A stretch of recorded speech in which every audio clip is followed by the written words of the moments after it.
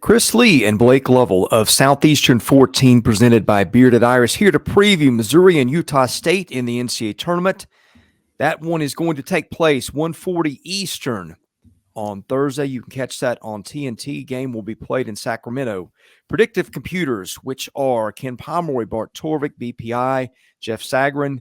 Those average Utah State is a 3.3-point favorite with about a 62% chance to win. Blake, I think this will be one of the more entertaining games of the tournament. Two teams that can really shoot it and play offense. Utah State is a good bit better on defense than is Missouri, but Missouri can really force some turnovers, get after you, make some stuff happen. We saw Missouri up close and personal in Nashville this week with Kobe Brown, Demoy Hodge. Again, just a fun team to watch, and I think this is going to be probably one of the two or three games that if I could only see two or three games – and watch just on the basis of entertainment value, you're going to be hard-pressed to find better games than this one in terms of style and competitiveness and entertainment value on any first-round games. Really pandering to the Missouri crowd early, Chris. I like it. But it's true. But it's true. Right. Listen, there's going to be a lot of people who are going to find this that have never watched our SEC basketball coverage this year, and it's going to be like entering an alternate universe when you hear me start talking about Dennis Gates. So if you don't know the joke, if you don't know the running theme, please go back and study our other videos. You probably won't. But, yeah, this Missouri team is, let's be honest, that like we've said, this is a very, very good offensive team, a team that can force a lot of turnovers, not a great defensive team, not a great rebounding team. And, this was all going to be kind of about the matchup and seeing who they would square off against and see if one of those teams can exploit some of those weaknesses. And in all honesty, I think Utah State's the kind of team that can exploit some of those defensive weaknesses that Missouri has, just based on how good they are shooting the ball.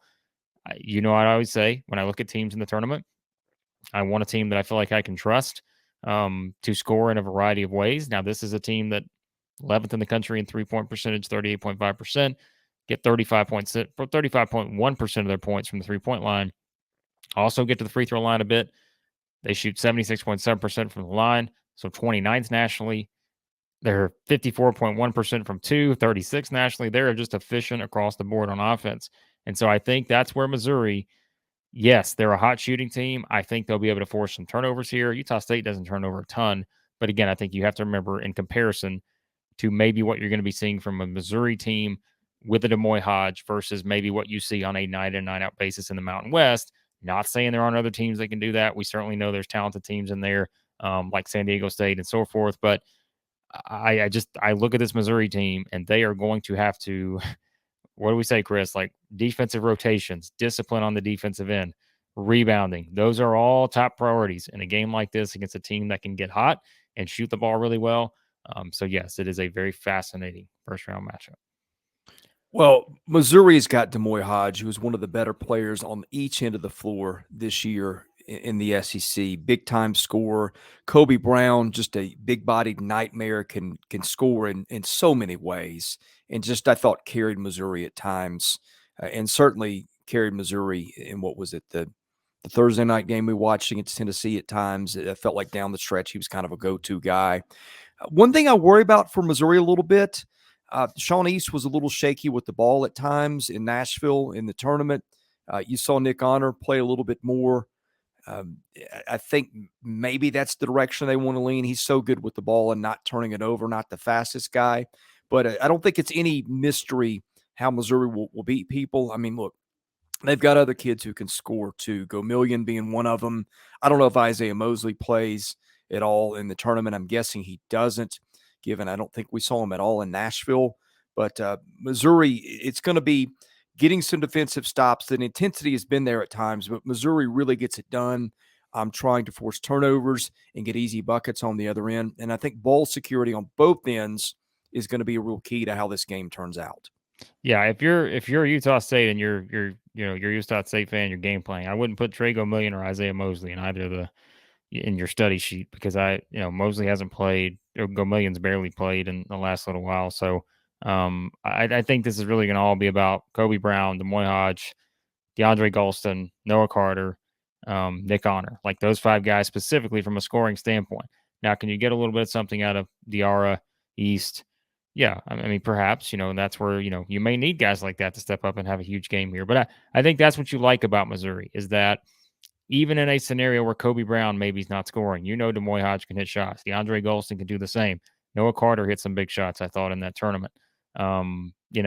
Nick Honor hit some big shots. So I do like that aspect of Missouri because what have we talked about with them this season? There have been times, just like a lot of teams, where they don't shoot the ball well away from home. They're going to need to probably shoot the ball well here, I think, to have a really good shot to beat a Utah State team that is also probably going to shoot the ball pretty well. So I think that's very important is getting those opportunities and being able to knock down shots. I mean, that is going to be crucial.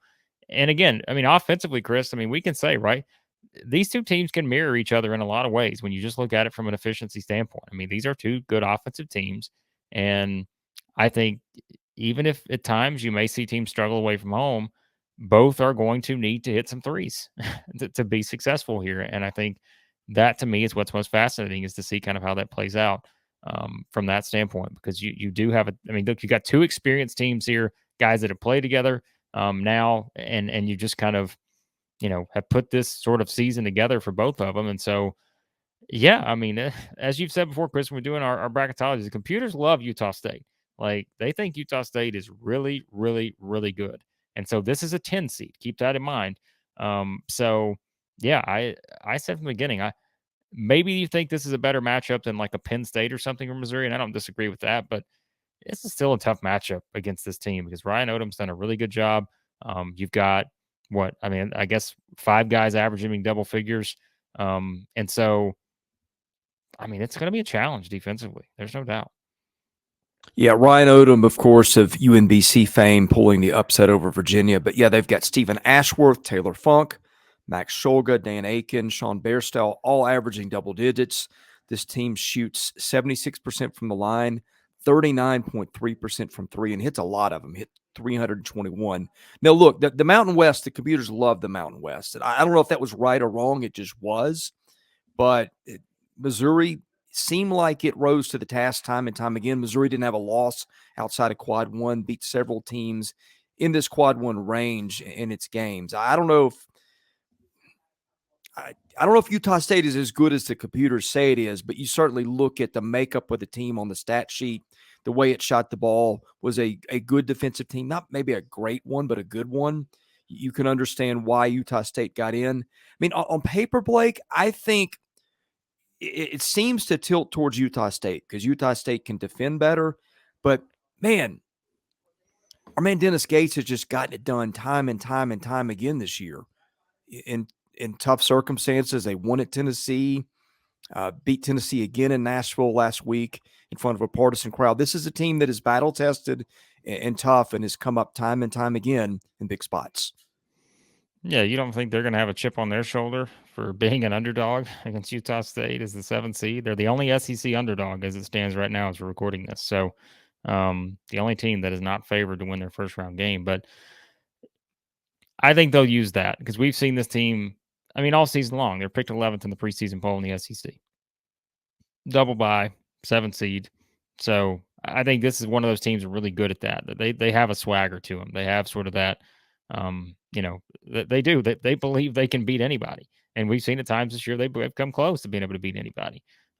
So, yeah, I'm just, to me, it's like, we break down these games. I'm always looking at, I think on one hand, you have to always look at worst case scenario. And I think for Missouri, it is not coming out and being good on the defensive end, meaning you're not rotating well. You're maybe not getting back in transition, losing shooters, all those things that can come into play here. And I'm going to pull up Utah State in terms of exactly the numbers 3-point wise, because I think that's important too. When you look at, I mean, Ashworth's hit 109 threes this year. Funk's hit 79 threes. Shulga's hit 55 threes. And these are all guys that are shooting 37% or better from three. So, like, you have a lot of guys in transition you have to be looking at and making sure you don't lose it. I please don't take this the wrong way, anyone, but like, I'm not comparing them to Alabama. But when you think about it, right, Chris, like Alabama has a lot of different guys that can shoot the ball. And so how do you rotate? They've seen Alabama a couple times this season. All those things. And again, the rebounding edge too. Missouri has to rebound well. And that's always important just for this team. And can they force those turnovers? We've always said about Missouri too. Let's say they're not hitting shots away from home. Can they force those turnovers? Can Demoy Hodge get 3 steals that turns into 6 points, right? That he shoots layups out of, or they get a 3 maybe out of something here or there. They're going to need those kind of points in this game, I think, against Utah State. But yeah, I mean, I'm trying to think of who to pick here, Chris. And I have a contractual obligation with Missouri fans to not pick Missouri because they feel like when I don't pick Missouri, they win. So I don't know if I should continue that contract since that was pretty much broken in the Alabama game. I'm going to do it for Missouri fans. I don't want them to be too nervous heading into this one. So I'll pick Utah State because contractually I don't have a choice. For Missouri fans, they're already pushing me to pick Utah State. So, but I think this is. I don't know that Missouri should be the underdog, but I think, man, this is would I be shocked if this game goes down to the final possession? Whoever has the ball hits a 3 to win it? No. I feel like this is one of those type of games, and I'm just very curious to see. But again, if you're watching for the first time, I am contractually obligated to pick Utah State based on the pact that I have, Chris, with Missouri fans. So 2 other things. This Utah State team is deep. It's going to have 9 guys who play 12 minutes or more. So I think that is something to watch. And also foul shooting. The guys you don't want to foul are Ashworth. He's an 88% free throw shooter. And Aiken, he is a 71% shooter. Also Shulga, who's an 83% shooter. All 3 of those guys hit 100 or more free throws. So statistically, you look at this on the defensive side, I understand why Utah State is favored. I'm going to go against maybe my better judgment just based on paper and put my faith in Dennis Gates, Missouri, to pull the first round upset, even though it is not a seeding upset. Not an upset, yeah. I mean, it's certainly possible. Like I said, I think this is a great matchup when you just look at these 2 teams, and I'm very curious to see how Missouri defends. That's what the biggest question is for me: is how do they come out and defend here? If they have sort of that mentality they had in the SEC tournament, they've had in a lot of the games, this season. They didn't get here by accident, and I'm very curious to see. And they've got to hit shots, like I said, because I fully expect. It's kind of the same scenario. Even if some of those guys on Utah State are not hitting shots, somebody is going to hit a shot because they just have consistency there. And so you've got to be ready for that. But the good news for Missouri, they have plenty of offensive capability to be able to keep up. It's just, you have to defend, and you have to defend well enough to force a team like this to make mistakes so they don't get those open looks and don't get those easy shots. Because if they get them, they're going to knock them down. That's what the numbers tell you. So can Missouri force enough havoc on the defensive side of the floor to not allow that to happen? That's the question.